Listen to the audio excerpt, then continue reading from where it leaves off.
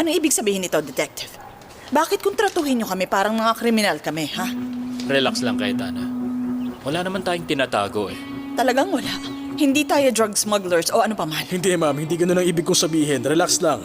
Kailangan lang naming halugugin yung office ng asawa nyo para makakuha po ng ebidensya. Kahit ano na pwedeng makatulong para mahanap yung pumutay sa kanya. Ganun lang po. Nangiinsulto ka ba? Unang-una sa lahat, walang patunay kung pinatay nga ang asawa ko o hindi. At kung totoo nga yun, bakit? Sinasabi niyo bang dito nakatira yung pumatay sa kanya? Relax lang. Hindi makakabuti sa'yo kung magagalit ka. Nag-iimbestiga lang sila kaya kailangan nating makipagtulungan. Tara, sumunod kayo sa akin. Dito ang office niya. Sige, salamat. Ang hiling ko lang, respetuhin niyo kami. Anong nangyayari, Mama?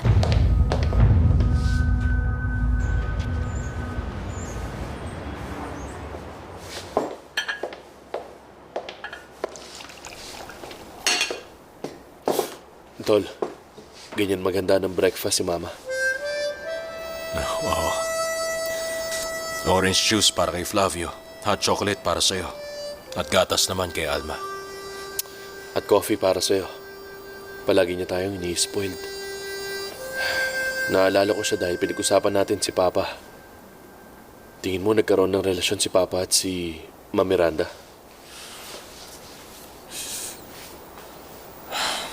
Ewan, hindi ko rin alam. Basta ang mahalaga ngayon, kapatid natin si Veronica. Baka naman hindi niya alam na buntis siya noon, di ba?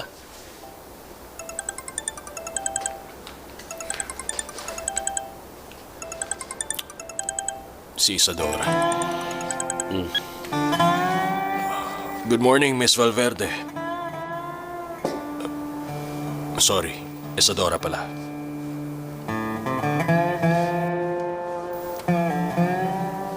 Hindi, dediretso ako sa rancho. Marami akong trabaho. Sige. Hindi ko maipapangako. Okay, sige, bye.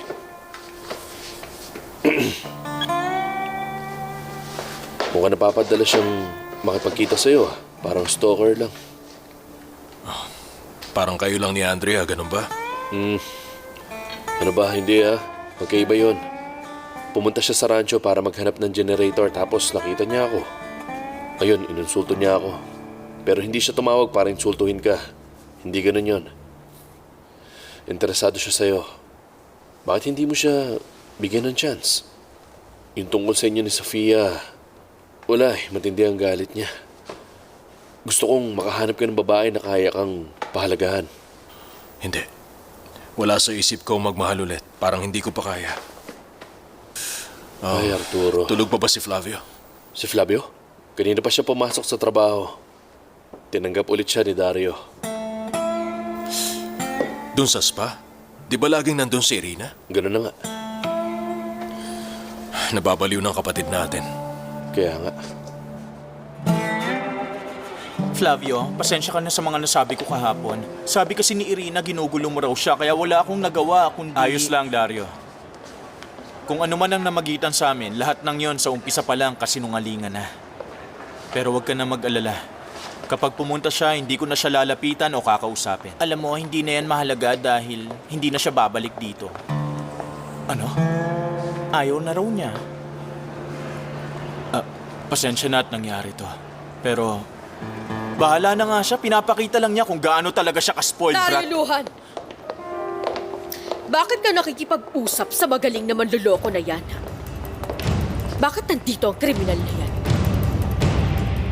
Bakit ganon? Hindi naman kriminal si Papa. Bakit hinahalughog ng mga pulis yung office niya? Ano bang sabi nila? Para saan daw ba yun? Pupusta ako. Sigurado may kinalaman ka sa nangyayari, Leonardo. Ano?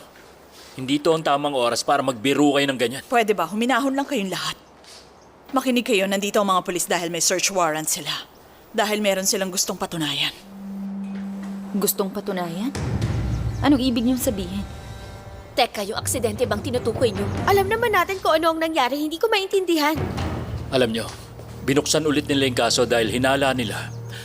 Hindi aksidente ang nangyari. Anong sabi mo?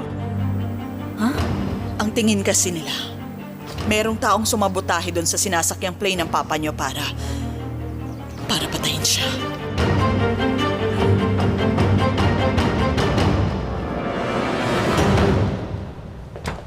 Sige, tuloy ka. Kanina ka pa hinihintay ni boss. Salamat. Maupo ka muna. Good morning, Isadora. Good morning. Napaka-formal mo naman. Bihira na lang ngayon ang lalaking malakas at malupit pero kaya pa rin maging gentleman.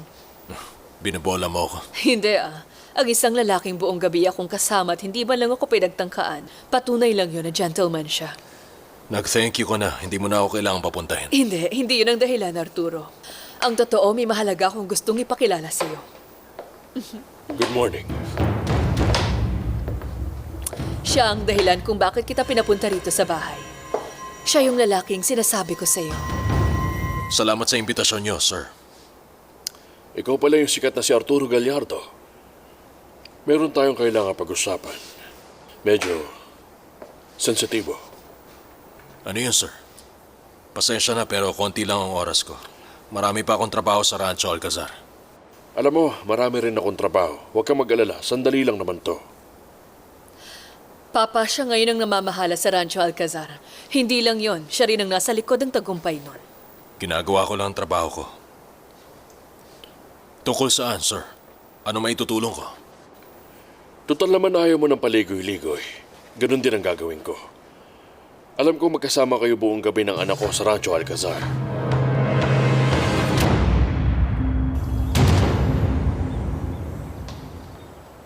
Ibig sabihin merong pumatay kay Papa? Pero di ba sabi nila aksidente yon? Teka, pinatay si Ignacio, Cayetana? Hindi pa nga tayo nakaka-move on sa nangyari tapos biglang sasabihin nila na may pumatay sa kanya. Pero hinala pa lang naman nila yon. Hindi pa nila napapatunayan. Kaya nga sila nag-iimbestiga eh. Pero anong nangyari? Paano naman nila nasabing pinatay siya, Mama? Ang sabi nila sa akin, nalaman nilang may mga lalaking nangialam sa plane ng papa niyo bago yun lumipad. Ano? Dapat chinecheck nila muna yun bago payagan lumipad. Yun din ang akala ng mga pulis, na mga technician sila. Pero nalaman nila na may una ng maintenance crew na nag-inspeksyon ng plane bago yun nangyari. Pero, sino naman kaya ang pwedeng kumuha nun sa kanya? Sino?